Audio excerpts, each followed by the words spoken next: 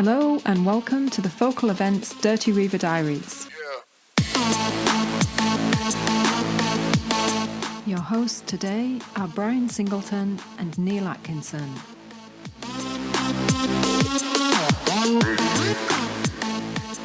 Hello Neil, how are you? Hey, very good, mate. Very good. 2026. Where did 2025 go? Oh, yeah, and this is our third podcast series. I feel like we should be professional at this. Do you feel like a podcast professional? If I knew what a podcast professional felt like, probably. But yeah, who knows? There's quite a lot of podcasts. I do listen to quite a lot now when I'm driving. And there's some really good ones, whether it's a crime thing or cycling one or Geraint Thomas's or whatever. There's a lot out there that is really good. Yeah. It doesn't get any easier putting them together, of course, but I feel like we're kind of getting the hang of it. Well, to be honest, I just witter on rubbishly, and you put it all together. So it's I find them really easy. Yeah, well, I haven't thrown you under the bus yet with any of your any random comments. So this is our third series of podcasts, and not only is it our third series, but it's also this is going to be the official 10th running of the Dirty Reiver event. And I think in this series we've got a couple of interesting attendees lined up to chat to, but we'll talk a bit more about that later on. As we've moved into a new year, what I thought we'd maybe think about is a couple of reflections on 2025. What I thought we'd start off with is our bike moment of the year. So our 2025 bike moment of the year. So I'm going to throw that one to you first, Neil, because I haven't really thought of what mine's going to be yet. Well, I need to ask a question. Can that be any kind of cycling, or is it going to be gravel? Is it going to be our events? Or I need some parameters. Got to be just out the standout biking moment, for you. Because, let's face it, we all cycle all sorts of different types of bikes. Yeah. Okay. I've got two then. So I know I'm not allowed two, but I'm going to have two. Give an inch. First one, Pogacar is just outstanding. He's on another level compared to everybody else. And I think as soon as you say his name, that says that all. So that to one side, he is outstanding. But another one that I don't want to say, but it's quite interesting. So Tom Pidcock rode his first gravel race. It was at the World Champs. Now he came highly ranked. He was surrounded by the Dutch riders, I think it was, or Belgian riders, and it was the first time he's ever raced a gravel race, and it was the first time he'd ever ridden that bike. Now, as we've ridden bikes all our lives and done stuff around there, it's something that you would never ever do. And as we move further on in this podcast, you'll find out why.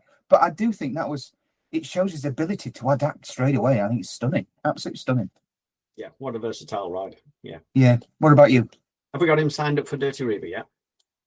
I could look through the lists, but his name doesn't popped out yet. For me, my standout bike moment of the year was actually the end of an era. It is basically, so this year, one of the legends of the sport retired, and not in gravel and not in road, but in mountain biking, and it was Nino Schurter. Yes. And talking about it now, I actually get goosebumps because he's probably single-handedly turned the sport of mountain biking, kind of on its head. And he's been so dominant for so many years.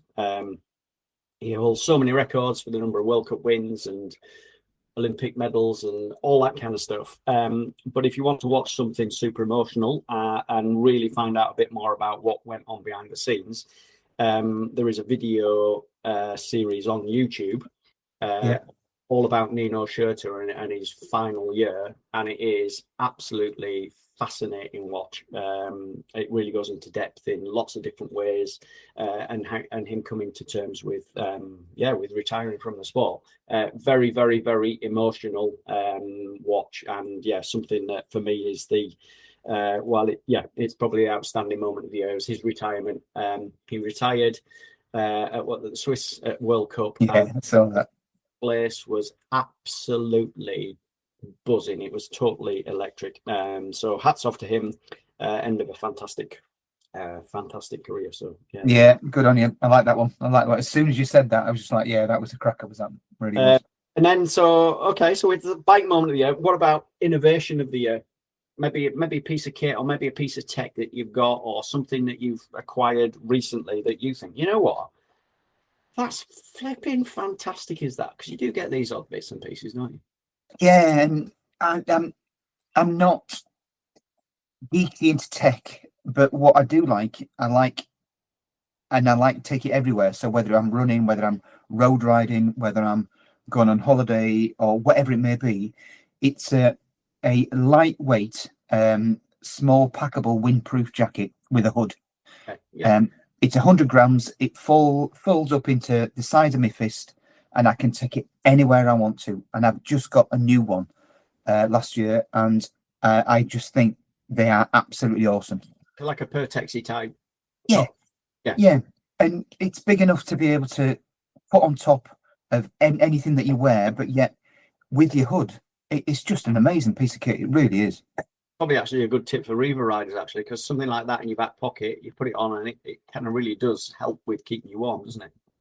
Well, yeah, because you never know what's going to happen. You might have a mechanical. It's just that outer layer. It's just that emergency or security blanket that we've got. But yeah, I do really like that. It's brilliant. How about you?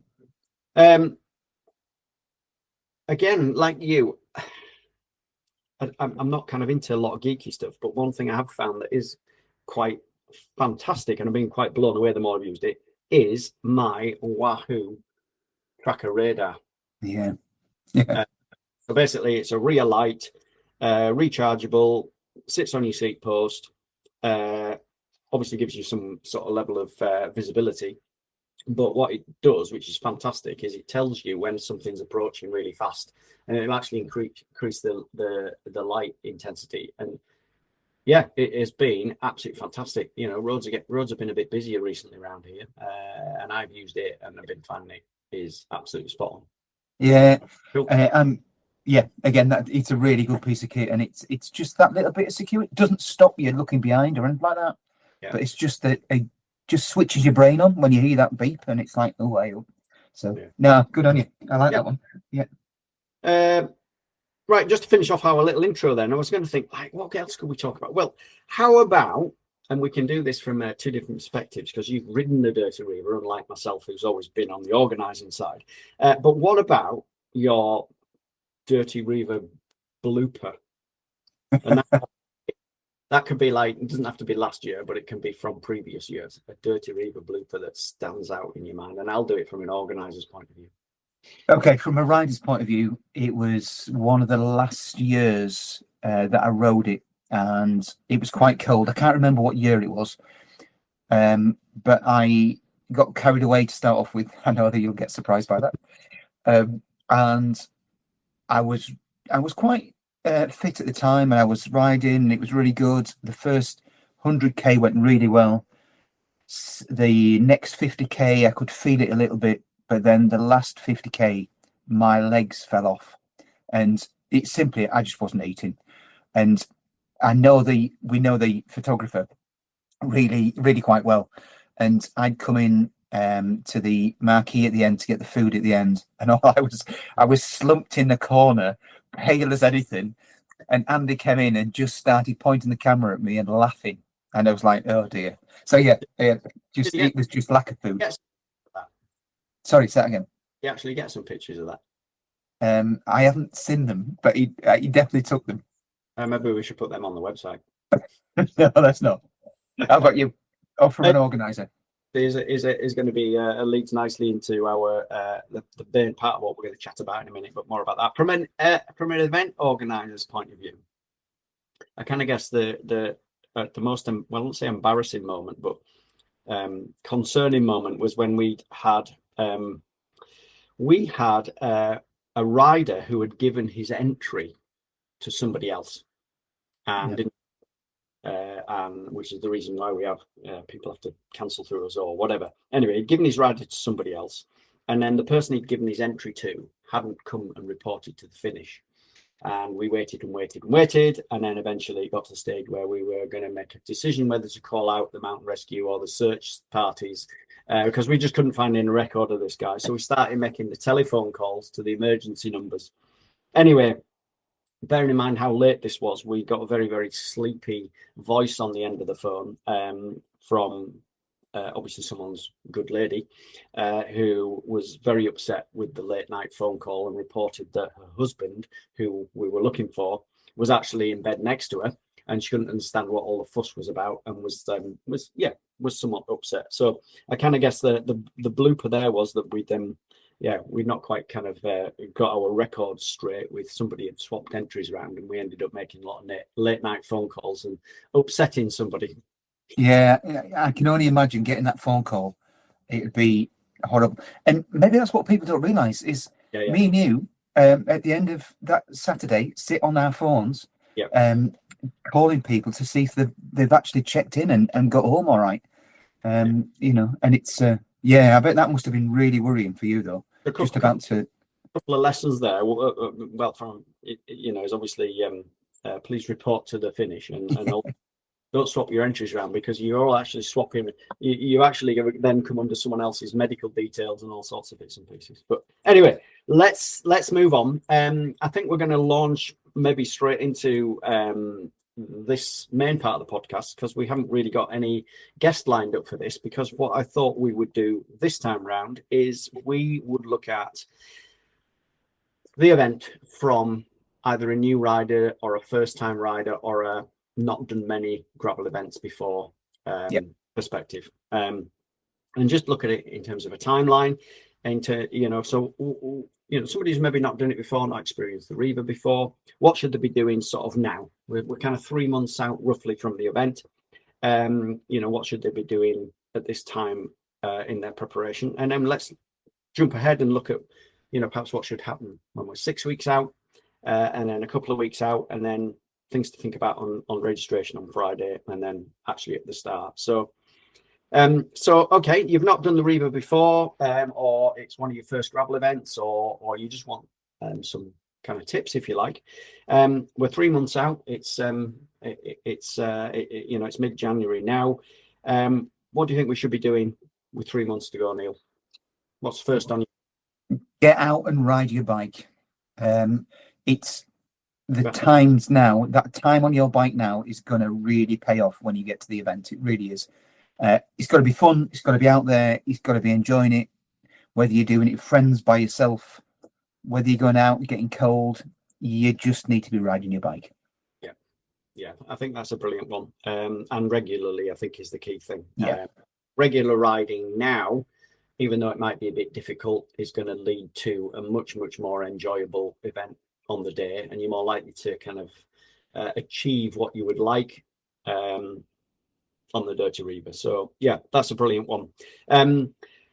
I've got on mine, which is actually something that you pointed out, Neil, which is quite important, was clothing, in terms of just making sure that you are paying attention to what you wear, because in a Dirty Reiver, we all often say, you can have all 4 seasons in a day. With an early start and potentially a late finish, the temperature could be quite low. You've been out on your bike all day. So yeah, thinking about now the clothing that you wear and for the temperatures that we've got, and how that might affect your choices kind of on the day. And I kind of guess the key thing on the day is flexibility. We have had days where we started off in -1 or 2. The day has then gone to be a really warm day when you can end up in sort of 14, 15, 16 degrees and then dropping off. That's quite a temperature swing. Yeah. What would you be looking at clothing wise on a day like that, Neil? Just layering, making sure that I've got anything that I'm wearing, I can alter. So whether it's the arms, I can take my arms off, put them on. Same with legs, gilets, different layering, just to make sure that you can build that up or take it off. Yeah. And again, coming back to my favorite piece of kit, that windproof top, it's there as an emergency. But it's also, we've all got our favorite pair of shorts or shirt. It doesn't mean to say it's the right one though. So just trial them, use them, and make sure that you know what works for you in what temperatures. Yeah, because the last thing you want to be doing is the night before looking at a big pile of clothing and think, what am I going to do with all this lot? You need it locked in based on a bit of riding experience out and about in a range of temperatures. So yeah, flexibility, arm warmers, knee warmers, gilets, all those kind of things can be removed, opened up, or added to as the ride goes on. So yeah, good one. What else is on the list, Neil? It's got a name, but let's put it down to basics. If we're talking about people who are quite new to a gravel event or new to Dirty Reiver, let's call it food. There's all these things about nutrition and stuff around there. It's just like, let's call it food, because calories, we all need calories to be able to ride a distance. If you eat regularly, that calorie can therefore keep going through your system.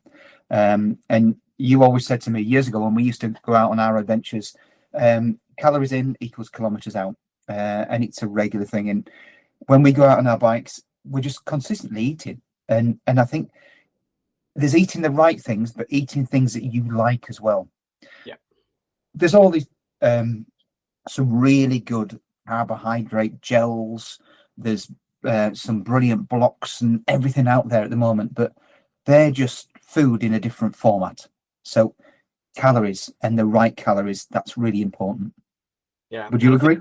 Yeah, I definitely would agree. I think the thing is now is to be, when you're doing those getting out and about on your bike, longer rides this time of year, just be thinking, what is it that you can eat easily? What is it you look forward to eating?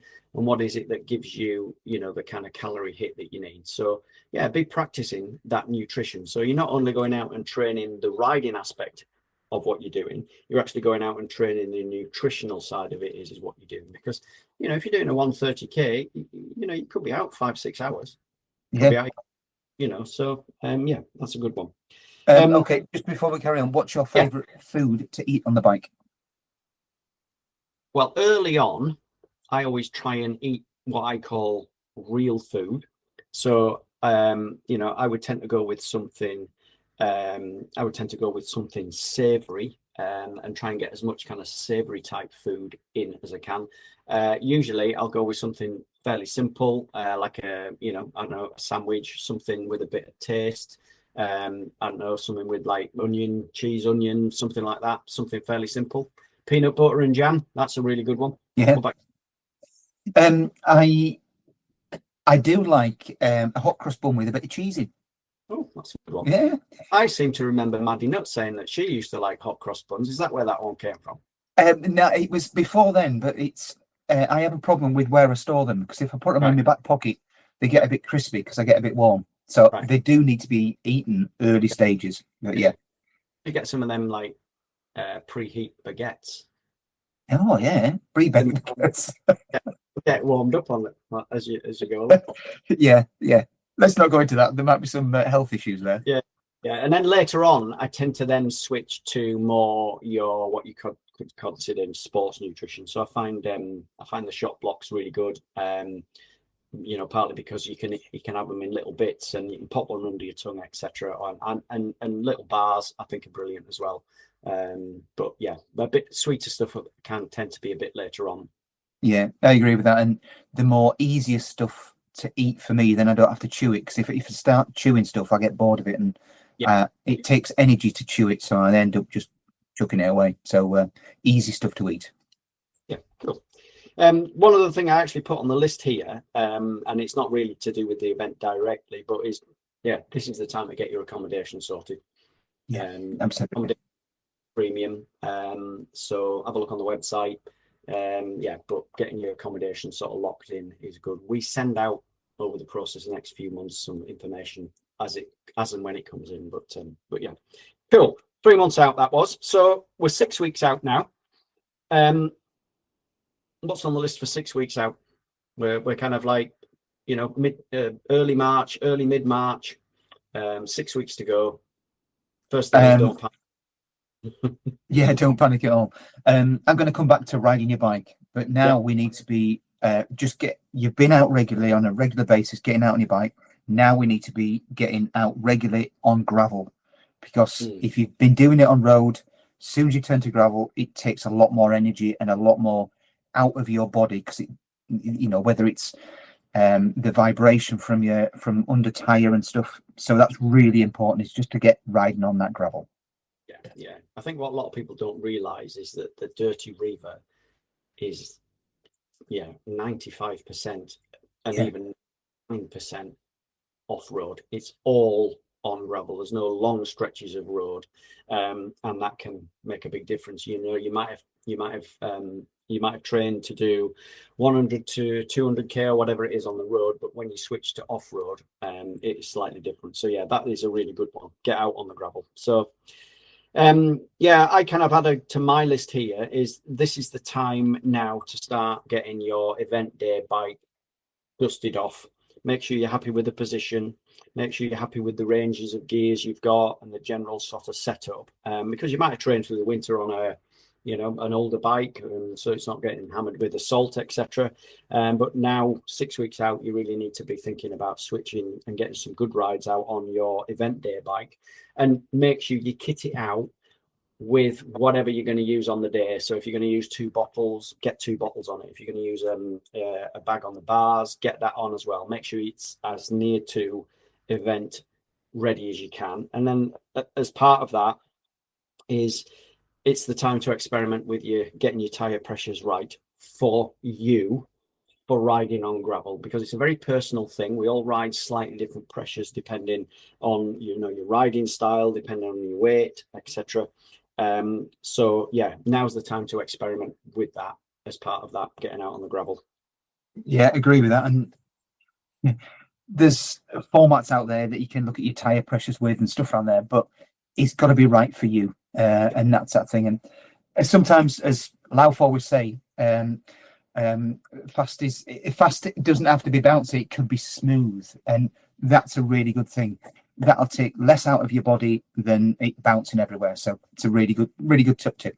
Going back to my my bike moment of the year, my Nino Schurter kind of video side, I did at one point look into what he ran for tire pressures. He was used to run something like 1.9 bar, that's 19 psi, in his back tire. Wowzers. Yeah, that's quite that's quite something, isn't it? And I think it is. Generally in cross country, they are running in that sort of region, kind of, and I would imagine cyclocross will be even more than that. Yeah, and yeah, it's I'm not going to get into tire pressures because it's different for everyone, different tires, different things like that. But just experiment, absolutely experiment. Yeah. What else is on the list there, Neil? I think for me, it's about what are you doing the event for. So what is your aim? Yeah. If you're going there with friends, are you going to ride with your friends all day and encourage each other? Now that is very different to going and trying to get a personal challenge and getting around as fast as possible in your time. There's all these different things. If you're going with friends and you're going to ride with friends, that is your aim, to complete it together. You can encourage each other, keep talking to each other about the food, but if you're going by yourself, that's your aim. So don't get distracted from that. And if you're going with friends, don't get upset with them if they're not as fast as you. Don't get upset with them if they're faster than you, because it will happen. And just work together. If you're going with friends, work together to get that common goal sorted. And that is really important, because it is seen people falling out with the friends because they've got different aims. Yeah, you laugh at that. We've fallen out quite a bit.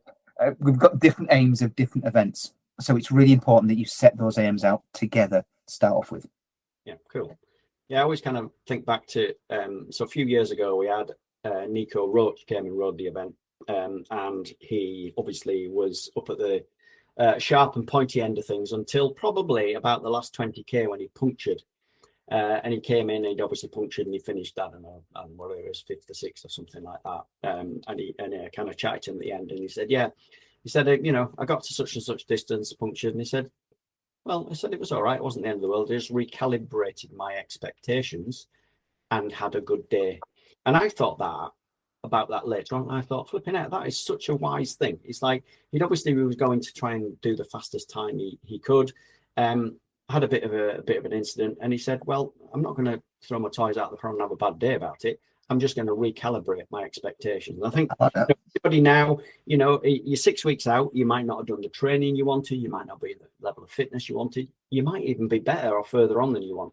Be prepared to recalibrate your expectations in view of kind of what happens, in the build up to the event and in fact during the event itself. So yeah, I like that. Cool. And he was a bit faffy with his trying to change his tire, wasn't he, as well? Well, these pros, they just get it all done for them, don't they? I think that caused a bit of a stir, actually. I think not that particular incident, but I think when kind of quite a few pro riders started getting into gravel, I think it was kind of a bit of an issue for them, wasn't it? I'm not going to get a new wheel or a new bike handed up. We're going to do it. Yeah, I think that's what's nice about gravel. It is. Right, so let's skip ahead then. So we're a couple of weeks out now, so we're early April. Yep. And the final rider briefing and GPX and all that sort of stuff's gone out. Don't forget, get your GPXs loaded up onto your head units and make sure that you check that they don't recalculate themselves, because some units can do that. So we're a couple of weeks out, Neil. What's on the list? I'm not going to say get out and ride, which you should be anyway, because that's a repeated thing, but get your bike sorted to make sure that your gears are working correctly, your brakes are working correctly, you're happy with your tyres and about what you're doing, whether you're happy if you're going to put a bag on the front, or it's a top tube bag, or it's a frame bag. Make sure that you've got that nailed, because any later than this is too late. So you're then looking at problems where the stuff's going to fall off, break. If something's not working right, you don't know how to do it, take it into a shop, get them to look at it. Yeah, exactly. Yeah, I think that final bike check, gears, brakes, tyres are the important ones. Make sure your gears are working. Make sure you've got disc pads that are going to last the event.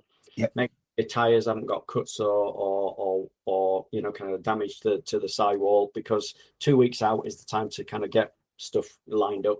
And if you do make any changes to the bike, make sure you have a little bit of spin on it. Make sure it's bedded in okay. Event day isn't the day to do something totally new. So, yeah, that's a good one. I've got here sort of gathering together what your nutrition is, and make sure you've got a bit of a nutrition plan together for the day. So by then, a couple of weeks out, you'll know what you're aiming for. You'll maybe have an appreciation of how long you're going to be out. So this is the time to start thinking, right, okay, I'm going to pull together whatever you need in terms of, maybe your dedicated sports nutrition, putting stuff, if you're using drinks powders, put them in a bag or get them decanted out so they're all ready to go. And then, start to make preparation for, your other foods that you might want to use, kind of for the event as well. So get it all, start pulling it all together. Yeah. Just so, you're getting ready for it rather than it just happening near the time. Cool. Yeah. Final thing for me, we went through it earlier, but it's clothing. By now, you should know what clothing you're going to take with you, not necessarily wear at the moment, but take with you, which is that layering system to make sure that you're going to be warm enough or cool enough, depending on that temperature. Get it together, put it into nice piles, so you're not going to be running around on the Thursday beforehand going, shouting to somebody else in the house, where's my helmet? Where's my glasses? And it's those things as well. And glass eyewear is really important as well for me. I wear contacts. Right. Yeah. If I don't wear eyewear, literally, my contacts all get dried and stuff around there. But this is the stuff that you should have set out 3 months, 2 months in advance, stuff around there. So you should know it all now. Get it all together. Get it in one pile. Yeah, I mean, bear in mind that you should have spent a good number of months working towards this.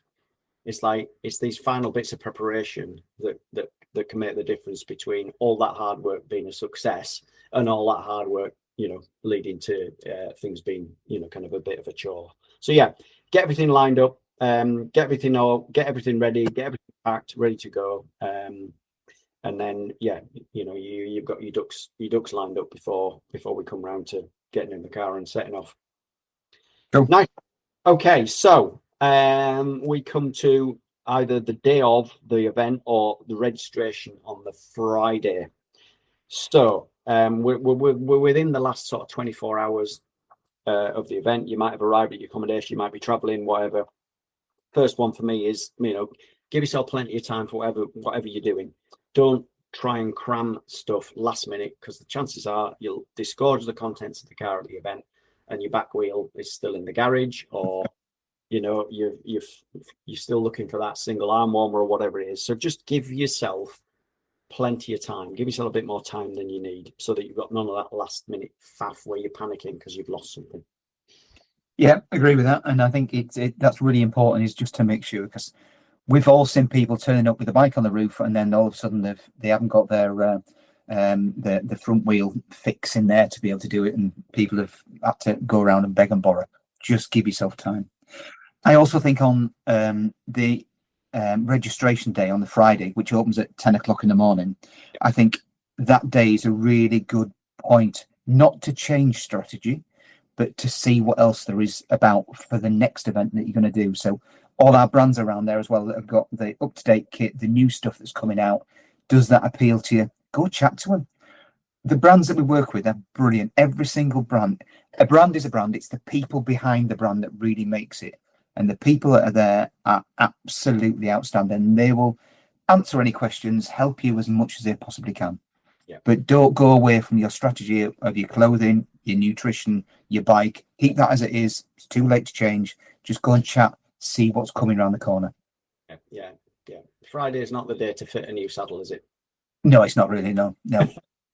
And it's really important as well, eating and drinking on that.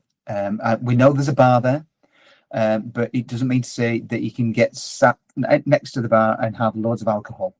Just keep yourself hydrated, keep yourself those calories going in. You're eating for tomorrow, so eat now, eat healthily. We've got good quality food served, so there's plenty of stuff on site. You need to make sure that you keep kind of topped up with with food and stuff.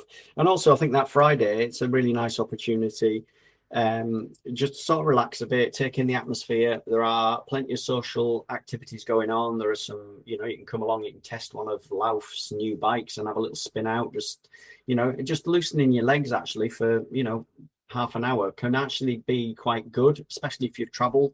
We've got rides going on, all sorts of things. It could also be an opportunity for you if you've traveled a long way, just to get your bike out and make sure that everything is running smoothly and you haven't caught, trashed, damaged or anything in transportation. Because we've got mechanics there. We'll have Team Cycles and SRAM and Unior all on hand, able to kind of do any last minute bits and pieces. So yeah, cool. The event village, definitely worth spending some time. Absolutely. And before I go to sleep at night, what I would do then is make sure I would have made the decision what I'm going to be wearing the next day. I'll get it all out, whether I'm in my tent, I'm in my camper van or in accommodation. I will lay it all out in the morning with my nutrition or my food next to it, just so I don't have to think about it in the morning. So I can get up, I know what I'm going to put on, I know where my shoes are, I know where my helmet is, and that is just, it's a process, getting up, putting it on and going to the start. Yeah. And then just make sure that, you come kitted up and put some warm clothing on over the top. Just keep yourself nice and warm ahead of the start. So brilliant. Okay, so let's skip ahead then. 24 hours. We're down now to the Saturday morning. We're kind of we're thinking about the actual start itself. One thing I would say is the starts can be quite cold. It's early morning. So making sure that you have looked after yourself and have got plenty of clothing on is definitely kind of something to bear in mind, because you might be stood around for 10 or 15 minutes waiting to start. If you look at the compulsory kit list, there is a waterproof on there. That's actually a good thing just to pop it on over your riding stuff. Just going to keep you warm, and then a couple of minutes before you start you can pop that back in your bag or your back pocket.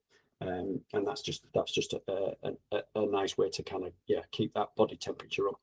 What about you, Neil? What's your thoughts? You've actually started a Dirty Reiver before, so what nuggets have you got for us? I get carried away at times, and I bob my way to as close to the front as I possibly can, or I used to. That's not a good thing, because you end up going faster than you should be. So if it is your first time, let the people go to start off with, then just join on at the end. It's about your time. Your time starts when you cross that after the neutralized zone. That's when your time starts. It's not when the first person crosses it, it's when you cross that line. So let all the testosterone go to start off with, and then you just join in afterwards, and then just enjoy it for what it is. Just coming back to clothing as well, what we did last year, anybody that brought a jumper over the top of it to keep warm in the morning, when they chucked it over the side and didn't collect it, all those clothing went to a local charity to give it to them as well. So if you got an old jumper, you want to put it on top, chuck it to the side, we'll make sure it gets to a charity to keep people warm afterwards. Yeah, good idea. That, yeah. So I think generally it's take it easy, don't get too carried away, give yourself plenty of time, and yeah, don't forget, as I say, the timing doesn't really start until you've done a couple of kilometers, because it gives you an opportunity just to sort of, get yourself positioned, get your gears sorted, take it easy, get yourself warmed up a little bit. And then just the last one I've got here is, find yourself a nice steady group. If you're doing 130 kilometers, or maybe even you're doing 200 kilometers, or whatever, actually going with a nice group of like-minded people is really good. You can encourage each other, you can help pace each other, you can look after each other if you get punctures, etc. It's a great opportunity to make new friends. And that's what the Dirty Reiver is. It's a massive community of supportive people. It's brilliant. Absolutely brilliant. Yeah, no, I agree with that. And just enjoy it. That's what you're there for. Enjoy the wilderness, the atmosphere, and just the beautiful gravel tracks. If you don't come back with a smile, that's not our fault. Brilliant. Right. Well, I think that I don't think there's anything else to add to that, to be honest. I think that kind of gives a good few pointers as to the coming months for the event. So yeah, we look forward to seeing you all on the start line. Can't wait. It'll be good to see some new faces, some of the regular faces as well. I nearly said old faces, but let's say regular faces. Okay. No worries at all. Take care, guys. Happy graveling.